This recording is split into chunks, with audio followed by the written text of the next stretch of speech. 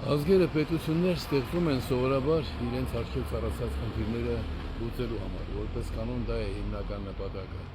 այսինքն համազգային նշանակության խնդիրների լուծումները, արդյունավետ լուծումները գտնելու համար, մասնավորապես խաղաղություն, կայունություն, անվտանգություն, ու այդ ամենում կայունությունը բավական կարևոր գործոն է, եւ դրա համար պետական համակարգում հաճախակի փոփոխությունները, որ մի կողմից կարող են բնականon համարվել, բայց ընդհանրապես կոչվում են ճգնաժամ, այսինքն որևէ լուրջ փոփոխություն դա համարվում է կառավարական ճգնաժամ։ Այդ ճգնաժամը պարզել որ կայունությանը հակասող վերջը բացասական երևույթ է։ Հիմա տեսեք, քանի անգամ, քանի ոստիկանապետ փոխվեց, քանի արտգործնախարար փոխվեց, նույնիսկ առողջապահության նախարարներս ինչ մանկապարտեզ է սարքել ես։ Մանկապարտեզի սանիկը քաշնաձարի բախտով եկել է իշխանության եւ զբաղված է հիմնական պետության հիմնական գործոնը արհամարելու ոտնահարելու ջիքերով։ Ես օրերս դիմեցի նշելով, որ կարևոր մի բան կա, երևույթ կա։ Հայաստանը սահմանադրական պետություն է դարձել 30 տարի առաջ, այսինքն արդեն ունի հիմնական օրենք, եւ դա կարևոր պետության համար, ազգային կյանքի համար կարևոր իրադարձություն է։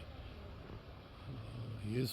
ԱԻՄ-ի ընդունած հայտարարությունը փոխանցեցի նաև վարչապետին։ Այսինքն քարերը փեշերից ստապեցի, ինչպես ժողովուրդն է ասում, քարը փեշից սիրո հանգիստ եւ վերաբերեցի այնպես, ինչպես իսկապես պետության ղեկավարը հիշեցնում եմ, բայց ոչ մարդական։ Տեսեք,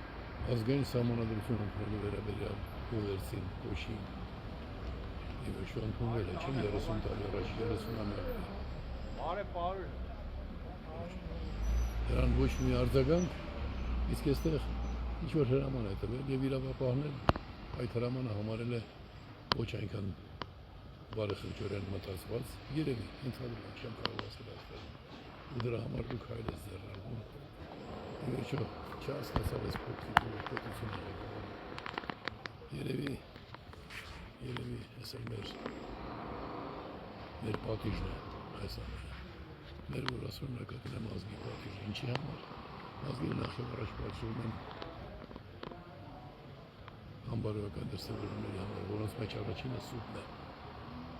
եթե մարդիկ կան օրինակ, որ փառաբանում են բացասական որջինը, նրանք ստում են, չէ, վերջ, դրա համար ամոչած պետք է պատժում։